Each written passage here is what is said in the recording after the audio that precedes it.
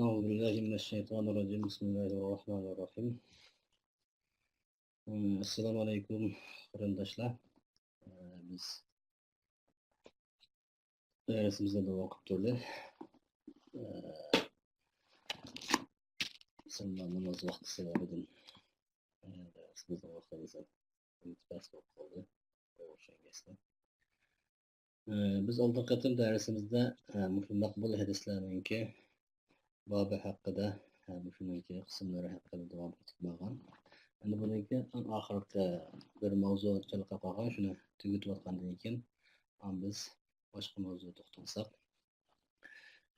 Buniki biz hadislar taarruz kelgan chog'da hadislar, ya'ni hadis erishgan hadis maqbul hadis birisiga zid qarshi kelib qilib, erishganisining mazmuniga o'xshash amal qilish mumkin bo'lmagan.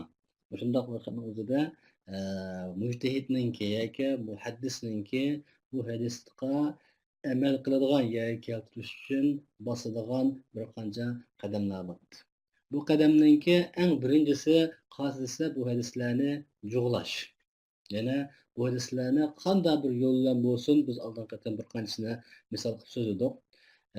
Mushu hadisninki har ikkisiga amal qiladigan holatga keltirish uchun hadisninki mazmunini, ma'nosini bir-biri bilan jug'lab har ikkisiga amal qilish bu tunji qiladigan ishimiz.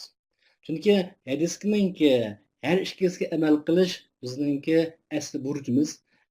Amal qilmaslik birini qo'yib qo'yish bu bo'lsa ma'lum bir ehtiyoj, zarurat yoki ma'lum bir dalil talab qilgan chog'da bo'ladigan ahvol. Shuning uchun hadis taarruz kelgancha tunji bosiladigan qadam bu hadisdagi taarruzlikni, bu zidlikni hal qilib yo'q. Buni qarab minish. Buni biz oldin qatimda shu jam, ya'ni bu jug'lash haqidagi bayonotimizda bo'ldi. Endi ikkinchisi buni jug'lash mumkin bo'lmadi. Bu hech hadisni shunchalik jug'lash yo'llariniki ko'p bo'lishiga qaramay har xil taraflardan izlansakmi, buni asla ikki hadisning o'rtasidagi zidlikni, taarruzni hal qilish mumkin bo'lmadi. Shu sababdan bu hadisni endi ikkinchi qadamga bosamiz, u qasidasi nasx. Nasx deydigan yo'l. Endi bu nasxninki bobi bakmu kavrbab bu ulumul Qur'onda munoyat ko'p uchraydi. Bu hadis babida ko'p uchraydi.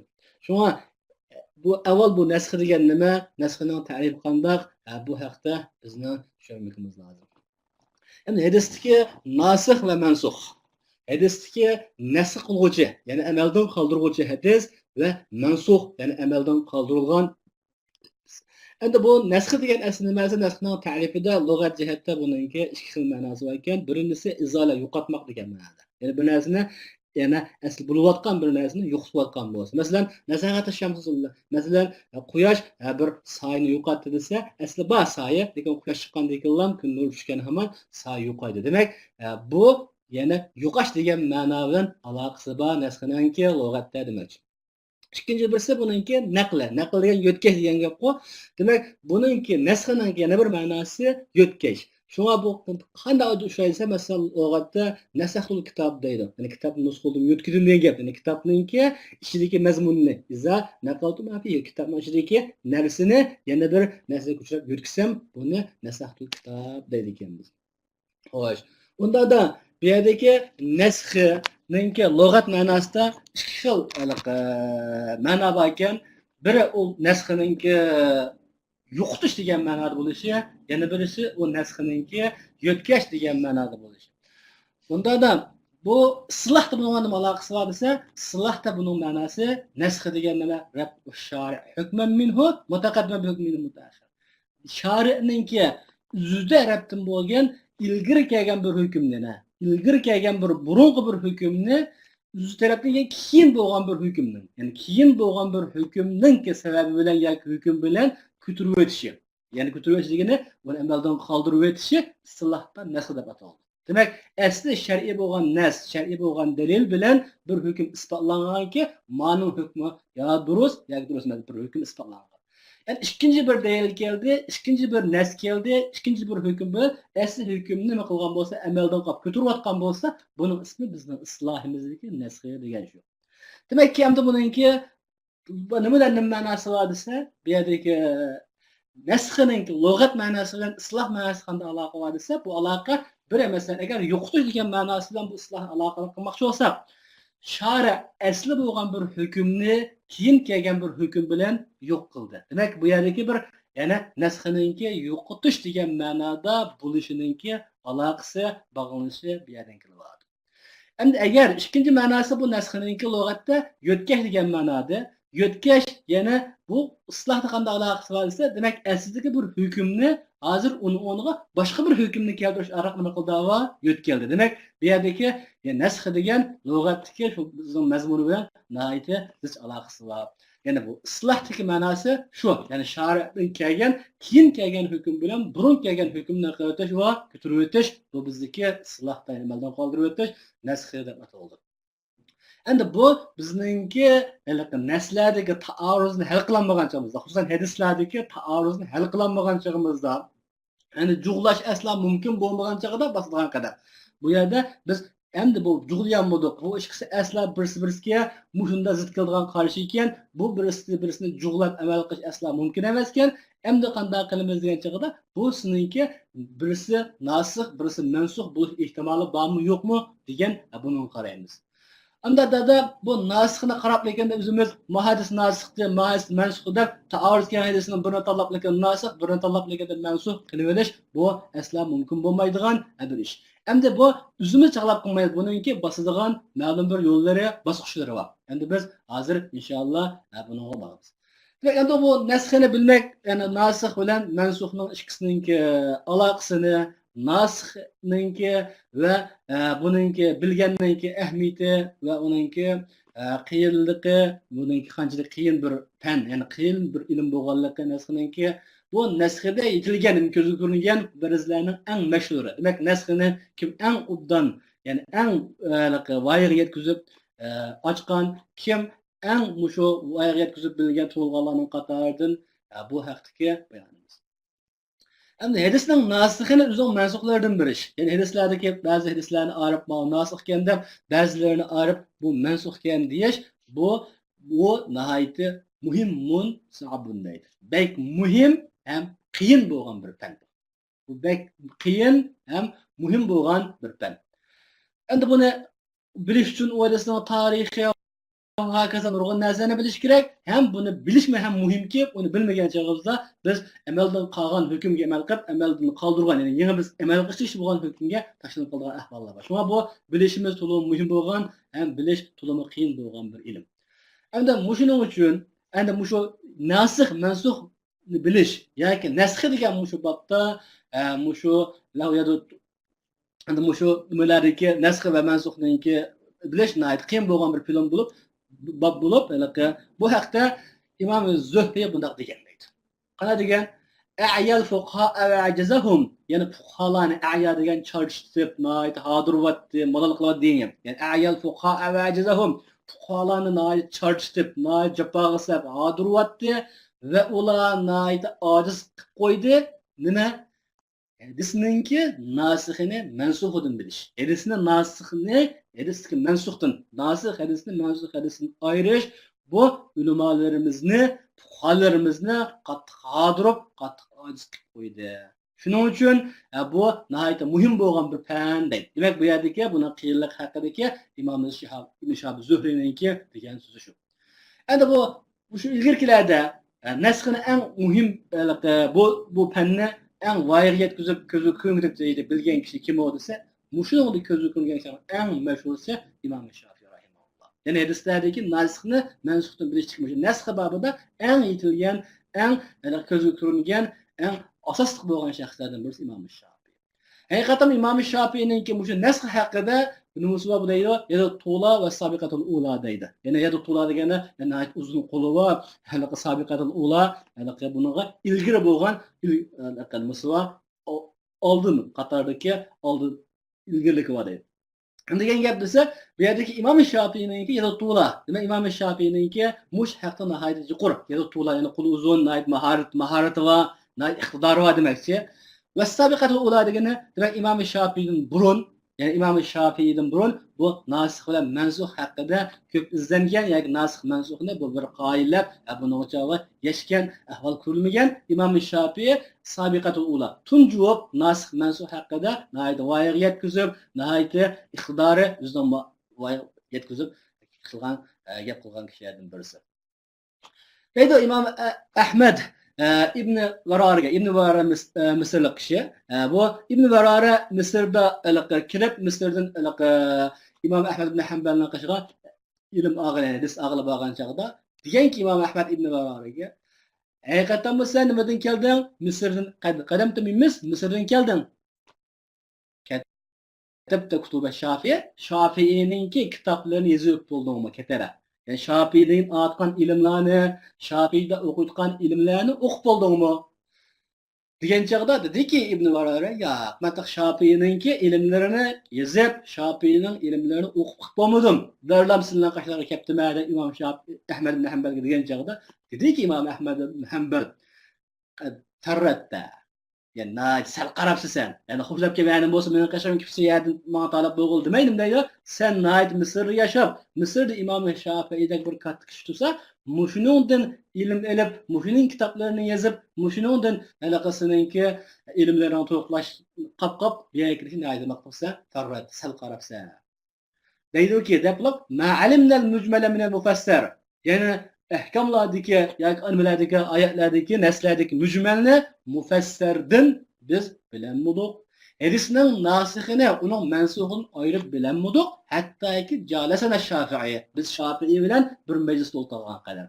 Yani İmam Şafii bilen İmam Ahmed sözü, İmam Şafii bilen oturup şu nesle hakkında biz paran qilgan kadar biz mufassir bo'lgan yana neslerden mücmel bo'lgan neslerni, mansux bo'lgan neslerden nasih bo'lgan neslerni nima qilmagan o ayirib farq bilanmagan.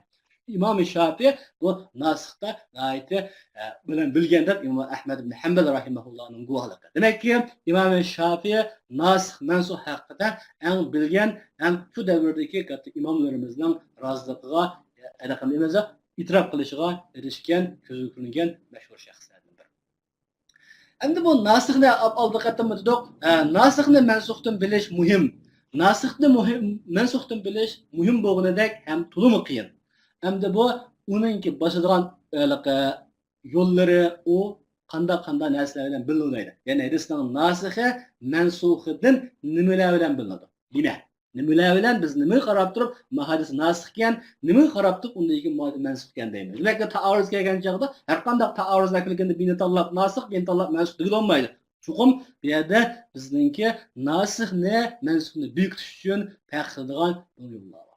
Demak, hadisning nasihini mansuhdan bilish tuvandagi ishlarning biri bilan, ya'ni tuvandagi biz sanaydigan tuvandagi ishlarning biri bilan bu hadisning nasihini mansuhdan farqlaymiz. Birincisi bu hadisning mansuhini din nasihini farqlaydigan yo'llarninki, ya'ni farqlaydigan yo'l 4 yo'lning birinchi yo'l qazisi payg'ambar sallallohu alayhi vasallamning aniq deb birishi. Tasrihin nabiy sallallohu alayhi vasallam. Payg'ambar sallallohu alayhi vasallam aniq buni javob deb bergan bo'lsa, demak, hadisni amaldan qoldirdim, ma'ni qilma. Burun manda degandim, endi buni qilmay ma'ni qilma deb payg'ambar sallallohu o'zi aniq burunqi hadisining yoki burunqi bo'lgan hukmning amaldan qolganligini aniq bayon qilib bergan bo'lsa, undan keyin bu shaksizligida bu burunqisi mansuh keyin kelgan nasih bo'ldi. Masalan, Buraydaninki Sahih Muslimda kelgan hadisida dedik payg'ambar sallallohu alayhi vasallam kuntu nahaytukum an ziyaratil qubur fazuruha fa innaha tuzakkirul akhirah. Kuntu nahaytukum men ilgari sizlarni ziyaratil qubur, qabrlarni ziyorat qilishni to'sgan edim. Kuntu nahaytukum an ziyaratil qubur, qabrlarni ziyorat qilishdan to'sgan edim. Endi fazuruha, hozir ziyorat qilinglar, o qabrlarni ziyorat qilish oxiratni aslidir. Demak, payg'ambar sallallohu alayhi vasallam aniq so'zidagi qabrlarni ziyorat qilishni cheklash degan bu buyruqninki uzun so'zdan amaldan qolganligini qildiga bayon qildi. Demak, shunga o'xshash payg'ambar sallallohu alayhi vasallam o'zining ya'ni o'zininki aniq bayon qilishi bilan bir hadisninki nasih, yana birininki mansux ekanligini biz bilalaymiz. Demakki, nasihni mansuhdan olishninki eng nihayat kuchli bo'lgan ham eng ro'shan bo'lgan yo'llardan birisi nimadir? O Rasulullohning aniq deb birishi. ma'ni burun degan, endi buni qilmay ma'ni qilmaligini shu burunqi hukm mansux keyin kelgan javob nasx bo'ldi. Bu to'rt yo'ldan birisi shu. Ikkinchisi qarasa sahobaning so'zi. Yani Peygamber İslam'ın da peygamber bolsa onun da hech qanday masala yo'q. Endi sahobaning so'zimi bu bizdagi hadislarni nasixdan, mansuxdan arishida bizda ma'lumgan yo'llardan birisi. Masalan, Jabir ibn Abdullah radhiyallohu anhu hadisi, deydi Peygamber sallallohu alayhi vasallam hadisini bayon qiladi-ki, Jabir ibn Abdullah Peygamberimiz sallallohu alayhi vasallam kana akhirul amrayn min Rasulillah tarkuzu nar. Yani Peygamber sallallohu alayhi vasallamdan sabit bo'lgan, payg'ambar sallallohu alayhi vasallam sabit bo'lgan kishiniki oxirgisi, ya'ni eng oxiri kim bo'lgani nimadir o't tekkan narsadan tahorat elishini nima qilish, tashlash. Demak, payg'ambar sallallohu alayhi vasallamniki hadislarda Rasululloh o't tekkan narsadan tahorat olgan, yaktash buyruq qilgan degan mazmunlar bor. Yana bir hadislarda bu yerdagi Rasululloh o't tekkan narsada, masalan, o't tekkan narsani yedi, uni chava iste'mol qildi, ammo bu lekin tahorat olmayligida namoz o'qigan ahvol bor. Demek endi bu yerdagi mush hadislarninki biz taarruz kelgan chog'da biz bu yerda bu taarruzni hal qilolmadik, ya'ni jabiy qilolmagan ekan nasxi bosqichiga, ya'ni birisi nasx, birisi mansux bo'lgan bu qadamga kirgan chog'imizda biz sahobaninkiga so'zga quloq solamiz. Sahoba masalan Jabir ibn Abdullohning so'zidagi mana ushlab qolgan bo'lsa, degan bo'lsa Rasulullohning o'zi ikki masalada qilgan ishining eng oxirisi, ya'ni eng keyin qilgani ma'budur degan isbotlagan bo'lsa, keyin kelgan nasx burunqisi mansux bo'ldi. Demak, shunga o'xshash sahoba o'zininki shu ikkisiningki birininki, ya'ni ikki zid kelgan ahvollar bor desda, shuningki birininki Rasululloh hayotining oxirida qilgani yoki burun boshqani qilgan bo'lsa, ma'ni qilganligiga o'xshash bunda bayonlar kelgan bo'lsa, bu yerdagi bu bayon bilan biz burunqisi amaldan qilib ekan, Rasululloh ma'niga amal qilib keyingi davrda mushunlar qilib ekan deganni biz bekitimiz. O keyingi hukm hadis nasx bo'ldi, burunqisi mansux bo'lgan bo'ldi. Yana birisi nima desa, bima'rifat tarix. Endi bu qiyin bo'lgan yo'lning birisi tarixni tunish bilan bunga bekitish. Tarixni tunish bilan deganimiz bu yerdagi bu hadislarda yuqorqidek Rasululloh burun ma'niga buyurgandim. Endi ma'nidan qilinglar, burunqis amaldan qolib aniq bayon qilsa bu nayt urushan bo'ldi. Ikkinchi birisi sahoba Rasulullohning qilganining oxirisi ma'vo, Rasululloh eng oxirida qilgan ishi ma'vo deb bayon qilgan bo'lsa, buni eng kim qilganninki nasx, burunqiniki mansux ekanligiga bu bir dalil bo'ldi. Shunisi qasam tarixini bilish. Ya'ni hadisni bu Rasululloh ikki so'zni dedi. Ikki so'zni dedi. Birisi bilan yana birisining tarixi o'xshash bo'lmaydi. Demakki, bu yerdagi burun degan so'zi, masalan, Makka fathi bo'lishdan avval degan hadislar bir hukm kelgan bo'lsa, Makka fathi bo'lgandan keyin ma'lum bir hukmlarni payg'ambar sallallohu alayhi vasallam degan bo'lsa, bu ikki hukm bir zid bo'lgan bo'lsa, demakki keyin kelgani biz tarixini isbotlash orqali ma'lum Makka fathi bo'lishdan avval, ma'lum ekanda falon hijriyaninki 3-yillar deyilgan gap, hijriyaninki oxirgi 8-9-yillar degan gapkanda biz tarixini bekitsak, ikki deyilgan hadisninki ondan keyingi eng keyingi, ya'ni keyin deyilgan hadis nasx bo'ldi, uni amal qilamiz, burun deyilgani mansux bo'ldi, u tutildi. Masalan, Shaddad ibn Avsning hadisiga o'xshash keldiki, abtaral hajim val mahjum. Ya'ni hajim val mahjum bu ikkisining har ikkisining ruhsini, ya'ni hajim qon og'uvchi va mahjum qon og'uvchi. Demak, endi qon og'izgan har qanday odamninki ikkisining tahorati sinodo deganlar, ya ruh sinodo, ya'ni abtar degani ruh sinodo deganlikni bu yerdagi bu hadisdan isbotlab chiqib turibdi. Demak, bir hukm keldi. Endi yana bir hukm bor. Bu qanday mansux bo'lgan desa, bu yerdagi mansux qilinadi payg'ambar Ibn Abbas roziyallohu anhu hadisidanki, bizman payg'ambar sallallohu alayhi vasallam dedi, ihtajama va huwa muhrim sa'im. Rasululloh qon og'izgan, halbuki Rasululloh ihrom bog'lanlikda, ro'za tutdi. Ham ro'za tutgan, ham ihrom bog'lagan shu holatda Rasululloh qon og'izdi dedi. Demakki, bu yerda ikki ahvol keldi. Biri ro'za tutgan holatda Rasululloh qon og'izgan bo'lsa, demakki bu qon og'izlar ro'zaning hech qanday nimasi yo'q ekan, yana qimda zikrilgan yeri yo'q ekan degan gap chiqdimi hadisdan? Yediksin abtaral hajim val mahjumdan-ku bu yerda ro'zani bu qon ile sundiruv degan gap javob chiqdi. Demak, ikki mazmun bir-birini jug'luqlab o'tgan emas. Buni cho'qim birini nasix, birini mansux deyishga biz qarashlik qildik. Demak, endi bu yerdagi bu hadisninki ahvolda Ibn Abbas roziyallohu anhu hadisini biz javob nasix deb, ya'ni bu hadisni javob amal qilingan nasix hukm deb buni hukm bekitdik, ammo abtaral hajim val mahjumni buni javob buni mansux qildik. Endi buni nima qarab desa, buni tarix qarab turdi. Yani bunu çok bir sahabe dep bergeni yok. Yani mana o mao kiyindiligine mao Resulullah'ın burun kına avadaki kına mao amalda kalganda sahabe dep bermedi. Yani Resulullah aniq bayan qilmadi. Faqat biz ishkirisinin tarixini sizleştirish orqali faqat. Qanda masalan deydim. Hadisning ba'zi yo'llari keldi. Hadisning mush hadisning Ashaddarim avlisining tarafidan kelgan, as-sanatdan kelgan yana bir yo'llarda keldiki, bu Resulullah mush Abdurrahman Hacim vel Mahlum degan mush so'zini degan vaqt u Fatih zamonasi ekan. Fatih zamonasi ekan. Ammo Ibn Abbosning Rasulullahga hajli vudati Rasulullohga amrovi. Demak Ibn Abbosning Rasulullahning ihrom bog'layotgan, rustayotgan holatda qon og'izg'ini ko'rganligi bu hajli vudati bo'lgan voqea. Hajli vudati bo'lgan voqealik. Demak, yana buni keyingi zamonlarda bo'lgan voqea. Ammo Shaddad ibn Avsning degani cho'zi Shaddad ibn Avsning degani Fatih yillarda bo'lgan ahvol. Demak, bu keyingi kelgan Ibn Abbos roziyallohu anhuninki bu hadisi bilan bu tarixni bekitish orqali biz burun deyilgan hukmni amaldan qoldirib olamiz. Demakki, bu yerdagi bu nasxini bilish, yana bir yo'li buningki tarixini bilish. Ya'ni hadisninki qaysi burun deyilgan, qaysi keyin deyilgan, qaysi burun rivoyat qilgan, buni bilish orqali biz hadislardagi nasikh mansuxni farq qilamiz. Yana birisi dalalatul ijmo. Endi dalalatul ijmo demak bir muhim deyilgan bir gap bor. İcma emas. İcma bu bil ittifaq ulamolarning usul ulamolarimizdan qarshida bir ittifoq qarash. İcma bu hem uzun mansux olmaydi icma chigirib bo'lgandan o'zi shartlari to'liq bo'lgan holda icma maydoniga kelib bo'lgandan keyin u boshqa bir dalillar yoki boshqa bir icma bilan bu icma buzilmaydi. Shunga icma asla uzun mansux olmaydi. Hem icmaning o'zi asli bor hukmni mansux qilolmaydi. Demek icmada en mühim olan bir kaide fiqhiyamba icma hem mensuh olmaydı hem bir hükümle mensuh kılanmaydı. Ama icmanın dalaleti, yani icmanın dalaleti degen gap nima desa, yani bu icma her qanday icma buluş için bizde icmada bir icma kılgan çağda icmanın en mühim şartlarından birisi o icmanın bir musnad buluş gerek, yani delil buluş gerek, tayinadigan. Bu değilsiz, hiç qaysak tayanmay, yani bir üzün havayı hevesi bilen, üzün keyfi bilen dikimde, ulumalar bir narsa icma kılgın yok. Çokum icma kılış için ular bir değilge, bir tayinadigan, bir menbege tayinadı.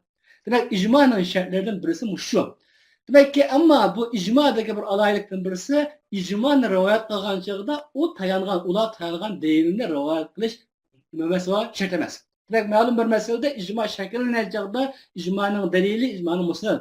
Ama bunu rivayet kılgan çağda icmanı, bunun ulemalarımız, o delillerini, o icma kılgan ulemalarımız, müçtehitlerimiz, o icma kirişte tayangan delillerini ketip rivayet kılan degene şart kılmagan. Fakat icma olan bizde rivayet kılsa, şu meselede, şu hüküm ikenliğe yeterli. Hem de keyingi devirlerde keldi, malum bir meselede icma bağ dese, bu bir hadistin, yoki bir neslin birisi nima keldi bununla icma karşı kelgan bo'lsa, bu icma, bu nesni yoki bu hadisni mansux qilibdi demaymiz. Mush icma, mush shart tushadigan, shuna o'lchamlik bo'lgan bu icma o'zi chigirlar icma bo'lajaqda u tayangan bir dalillar bor. Kuchli dalillar. Bu mujahidlarimiz modelini adalini ko'rgan. Shuni ko'rib turib, shu dalilni, ya'ni shu tarafni kuchlantirib, shu tarafga asosan icma qilgan vaqtida, ma taraf nima ekan bu, ma hadis mansux hadisgan deydi. Demak, icma bir hadisni mansux qilmaydi, ya balki icmaninki shu tayangan dalilniki bir shuni mansux qiladigan bir dalilning borlig'i ishorat qildi. Bu icmaning dalolati bilan hadis mansux bo'ldi. Masalan, hadisdagi man sharabal khamra fajduhu va in ada farafaqtuhu. Demek endi bu yerdeki muşunda bir haraq ishkishinki haraq ishgan bo'lsa uni urungla. Agar 4-chi qatim shu qayta edisini jarayan 4-chi qatim yana qayta ishgan bo'lsa uni o'ltirib o'tinglar degan ma bir hadis. İmam Navaviy deydiki, icma buning mansuhligida qilgan, icmaning mansuh ekanligida qilgan. Yani qoida icma mansuh qilinmaydi, ham mansuh bo'lmaydi. Lekin icma o'zininki shu hadisda mansuh bo'lgan bir nasxning borligida qildi. Demek icma şekilleneceğinde tayangan bir delil var. Delil şu nasık. Demek icma bir yerdeki bizdeki bu icma üzü mensuh kıldıgan, yani icma bir nesni emelden kaldırdıgan bunda nimesi yok. İcma hem mensuh olmaydı hem mensuh kılmaydı.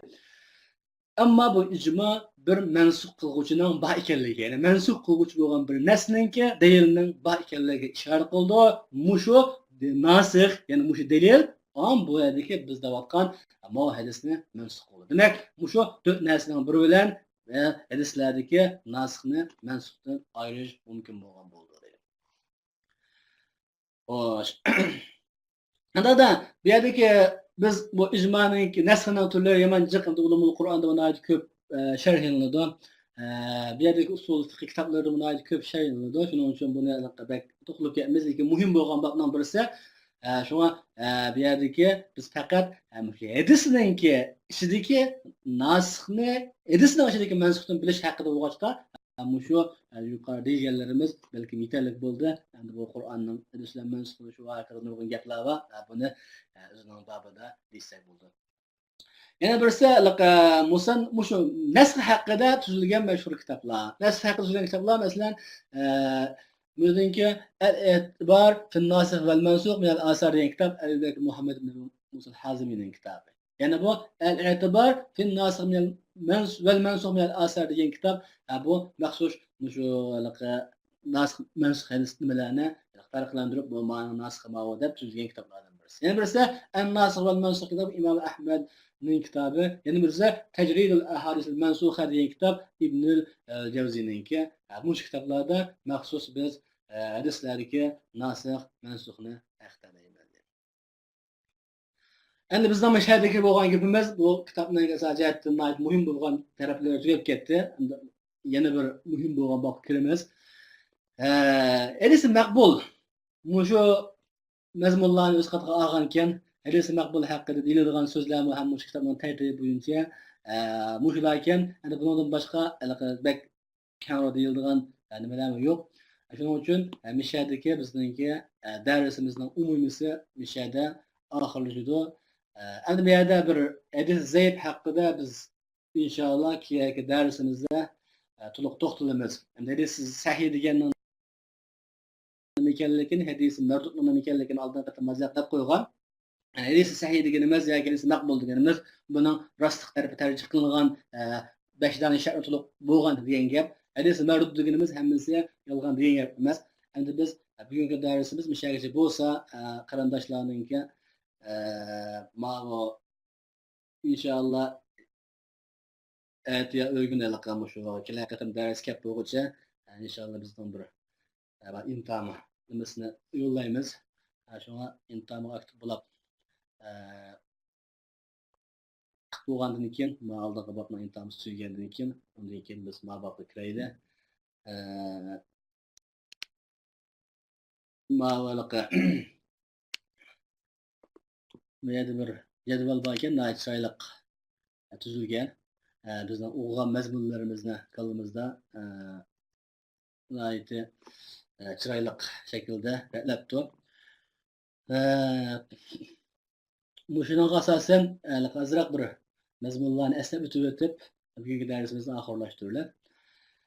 Biz hadislardagi 5 kitobning ichidan tortib shu ulumul hadisning tarixi haqida ma'lumotlarni sungan bo'ldik. Yana birisi ulumul hadisninki tarixidan keyin ulumul hadisga kirishdan avval bilish tegishli bo'lgan bir bo'lak bayonlar chiqdi. Masalan, uning ta'rifi, uning aloqador ma'lum atalg'ularninki, masalan, asar yoki musnad yoki isnad sanad ma'na degan gaplarninki bular mazmuni.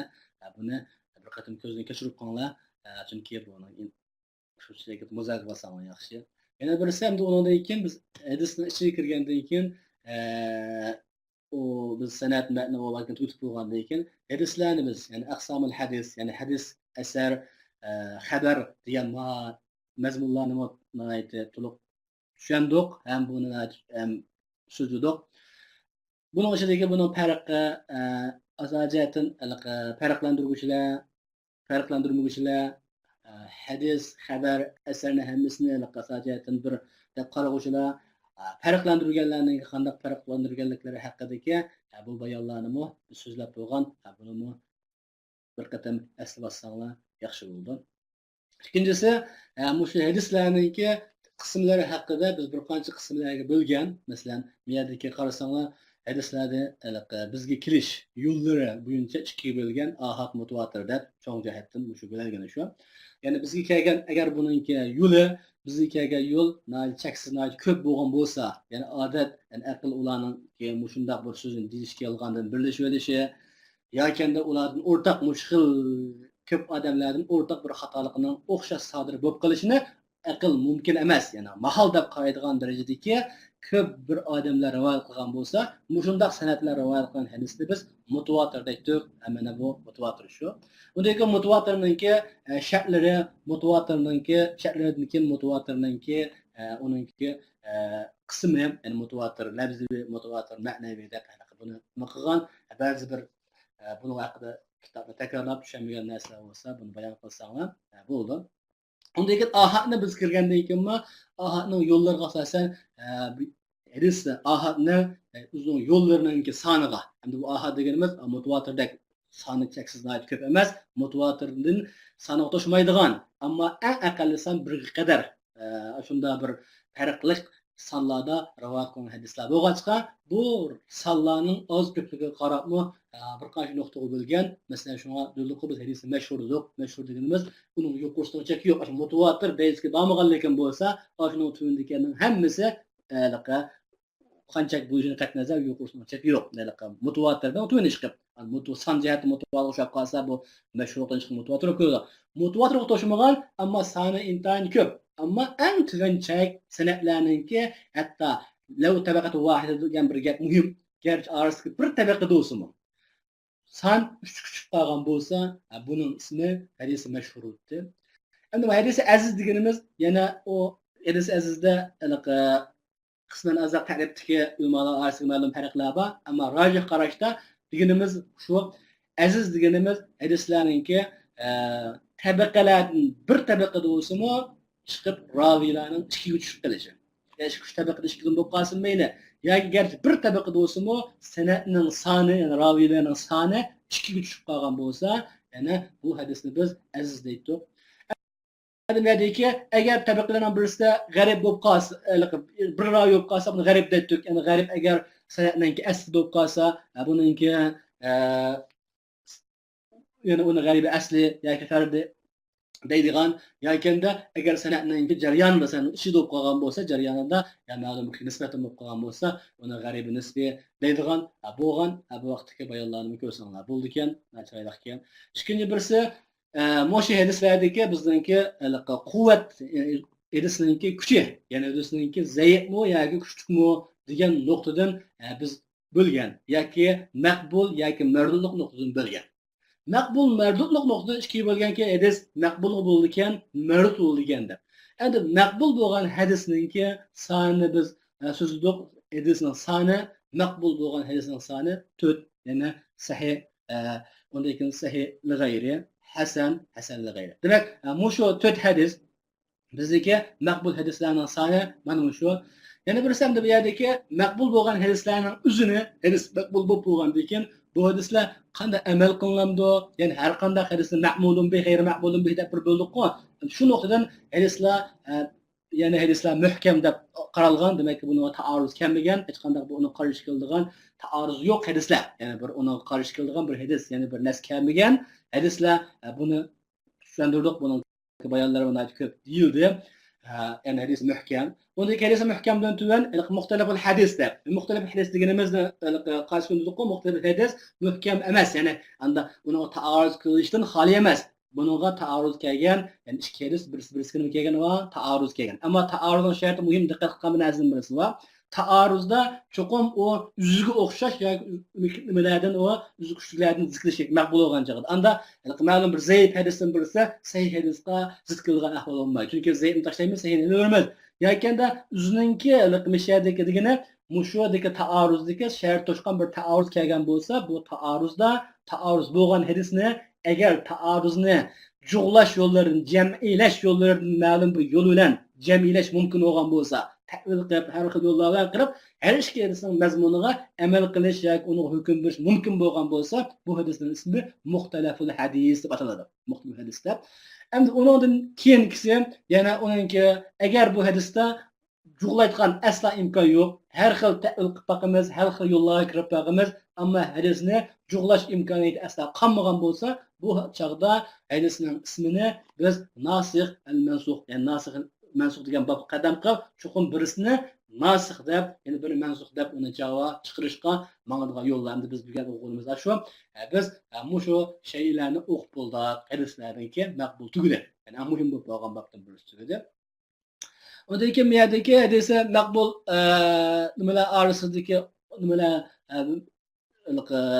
o'rtaq bo'lgan ma'lum atalg'ular deydi. Endi buni biz birinchisi shu hadisning unga nisbat bo'lgan men ustida deylay. Hadis nisbat bo'lgan manbaga qarab turib bo'ladigan bir babni tugatdik.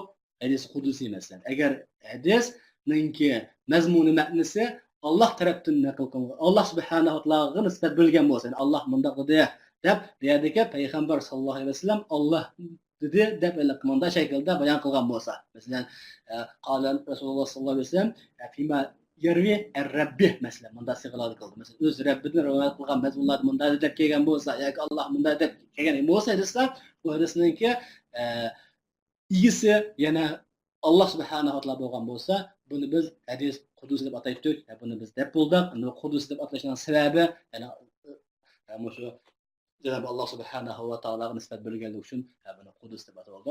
Yana birisi bu yerdagi hadis marfu deb bir babni tugatdik. Hadis marfu deganimiz bu hadisninki ya'ni nisbat bo'lgan asl manbasi ekanda hadisninki qoili yoki faili, ya'ni hadisninki asli buni bo'lgan bo'lsa, payg'ambar sallallohu alayhi vasallam degan bo'lsa, ya'ni payg'ambar sallallohu alayhi vasallam dedi. Payg'ambar sallallohu alayhi vasallam bunda qildi. Yoki payg'ambar sallallohu alayhi vasallam bunda dedi. Payg'ambar sallallohu alayhi vasallam bunda ahvol bo'lgancha payg'ambar chiqib qilgan bizning taqdirda. Demak, payg'ambarimiz aloqador bir ahvol bo'lgan bo'lsa, buning hadisninki nimasi, ismi hadis marfu deb ataldi. Ya'ni uni o'rni yuqori bo'lganligi uchun marfu deyilgan deb nurg'a sabablarim bor. Bu gaplarni biz bilib bo'ldik. Yana birisi hadis mavquf. Hadis mavqufni biz bu babni tugatdik. Ya'ni hadis mavquf deganimiz nima desa, yani sahabaga nisbat bo'lgan. Masalan, Amirul Mu'minin Abu Bakr munda qilgan, Amirul Mu'minin Umar ibn Xattob munda degan, Ali karamallohu vajha munda degan deb munda deb mushularga aloqador yoki mushularga nisbat berilib rivoyat qilgan hadislarning o'zi. Yana bu Rasulullohninkidan nisbat Rasulullohdan rivoyat qilgan emas, bu hadisninki iyisi yoki yildizi sahoba bo'lgan bo'lsa, biz buni hadisi mavquf deydigan bo'lgan. Ya'ni maqtu deganimiz deb bo'ldi-ku, ya'ni tabiinninki so'zi, ya'ni tabiinninki rivoyati, tabiinninki so'zi rivoyat qilinib keyin, masalan, Ibn Shihab az-Zuhri bo'lindi deb, faloni bo'lindi deb, bu tabiinlarninki so'zlarini rivoyat qilgan bo'lsa, tabiinning so'zi, bu asar, ya'ni hadis maqtu hisoblanadi. Adam hadis deb atalgan chaqda, adam yerdagi hadisi agar sahobaning so'zlariga yoki bu yerdagi chunki hadisning ismi o'rtaq ismi hadis. Ammo hadis deb biz mutlaq qo'ygan chaqda g'oliban buni qalbimiz darhol keldigini ham buni iroda qilindigini hadis marfu, ya'ni payg'ambar sallallohu alayhi vasallam hadisi. Payg'ambar sallallohu alayhi vasallam degan payg'ambar sallallohu qilgan, payg'ambar sallallohu alayhi vasallam taqrir qilgan haqida. Demak, bu hadis deb mutlaq qo'ygan chaqda buni biz hadis deymiz. Bu marfuni najib bo'lgan qalbimiz keldiganlikda yoki buni iste'molda ulamolarda shunda iste'mol qilinganligi bu. Ammo biz sahobaninki yoki tabiinning so'zlariga erishgan so'zni ishlatgan chaqda chuqur buningga orqadagi hadisi mavquf yoki bu hadisni rivoyat qildi mavqufan, mavquf shaklda yoki muhaddis tabiindan rivoyat qildi maqtu shaklda deb yerdiki mavqufan, maqtuan yoki hadisi mavquf, hadisi maqtu degan musifatlar bilan ishlatish doim. Ammo bir hadis asar degan babni so'zlandi o'qib, biz asarni shu hadis maqtu ko'pincha ulamolarimiz yoki ma'varanahdiki bir ko'p ulamolar asarni shu hadis maqtuga qarab qo'ygan tabiinning so'zini asarda. Mana bir asar bor degani bir tabiinning bir suvat degan gapga ishlatildi deganini so'zlab o'tdik. Buni azroq muzokara qilib takrorlab qo'ysanglar bo'ladi. Undan keyin bu yerdagi men musnad yoki deb bir narsa o'tdi bizda musnad haqida. Musnadning 3 dona ta'rifini biz so'zdik-ku. 3 dona ta'rifi. Buning ismlaridan birisi musnadningki uzun marfu bo'lib sanadi muttasil bo'lgan. Ya'ni sanadi muttasil bo'lgan marfu bo'lgan bir hadisni biz ya'ni marfu, ya'ni Rasulullohga nisbat bo'lgan demakchi. Bu shunday hadisni musnad deb ataydik. Ondan keyingi miyadagi bir qanchalagan atalg'ular bor ekan. Masalan, ism mursal deymiz, bu keyin marduddan qatori chiqadi. Ziyoda siqat deymiz, shohid g'oyib deymiz. Buniki keyin chiqadigan bablarda bo'lg'achqa, ma'ni keyingi bablarda sizlar ap bo'lgandan keyin shu vaqtda takror qilamiz. Endi bizning keyingi dars o'qiyotganimiz hadisi mardud. Hadisi mardudmi? Mushkil şekilde bu ikki xil tarmoq bo'yicha cho'ng jihatdan biri cho'ng ikkidan shartni qo'ydik biz hadis sahih bo'lish uchun, maqbul bo'lish uchun. Bir shartni nega qo'ydik? Hadisdan sanad degan, ittisoli sanad deganimiz cho'ng bir hadisdan ittisoli sanad deb buni qo'ydik. Yana birisi desa bu ravilarninki adolat zabti deb ravilar aloqador bo'ldi. Shuning uchun bu yerdagi ravilarninki adolat zabtiga aloqador nurg'un zaif hadislar bor. Yani ravilardagi ta'na sababli zaif bo'lgan hadislarda buni so'zlaymiz. Yana birisi ittisoli san'atni topolmagan, ittisoli san'at bo'lolmay, san'atda ma'lum uzilish yuz berib qolganligi sababidan mavlud bo'lib ketgan zaif bo'lgan hadislar va buni saqt sababidan, yani isnatdagi muttasillik topilmaganlik sababidan zaif bo'lgan nurg'un hadislar bor. Buni biz inshaalloh kelajak darslarimizda shu bo'yicha davom qilamiz. Bugungi darsimiz sal keyin boshlanib sal burun tugab qoldi. Qarindoshlarimiz namoz sababidan sal vaqtga kirib qololmay sal vaqt boshlab qoldik. Shu sababdan darsninki kelajak davomida bizningki vaqtimiz shu namoz shanba sal vaqt qotgan. Buni vaqt haqidagi o'zgarishlar bo'lsa ekan, vaqt haqidagi ma'lum boshqacha fikr bayonlar bo'lsa qilsanglar, biz qilsak, ammo darsga vaqtida to'liq kirsak, bizmi vaqtida boshlab, vaqtida tugatib, sizlarning vaqtinglarni rioya qilsak, sizlarni vaqtida kirib, vaqtida darsni tushib, o'zinglarning vaqtini saqlab qolsanglar. Bo'lmasa, yana birisi kelib baldir ko'p saqlab turgan qarindoshlarning vaqti zayi bo'lib ketgan, qilib deb qolsa, ma'lum qarindoshlarimiz mahrum qolgan ahvol bor. Shu vaqt haqida fikr bayon qilishlar bo'lsa, shu WhatsAppda qo'ysanlar bo'ldi. Shu vaqtida boshlab ketsak. Haqama darsga aloqador shu edisi mavjud to'xtadaq.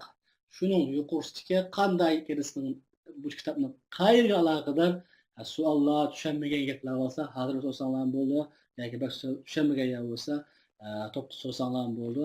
Buni to'liq tushuninglar. Bu yer qallada o'tmagan hech qanday bir shubhalar qolgan, gap qolib qolsa bo'lmaydi. Biz kelgan qatimda boshqa bab o'tib ketamiz. Shunga hadis maqbul haqida to'xtalgan boshqa gap yo'q. Shuni tushunibsiz ekanda bundan bir gungu o'tib qolgan yerlar bo'lsa hal qilib o'tib maqsad bo'ldi.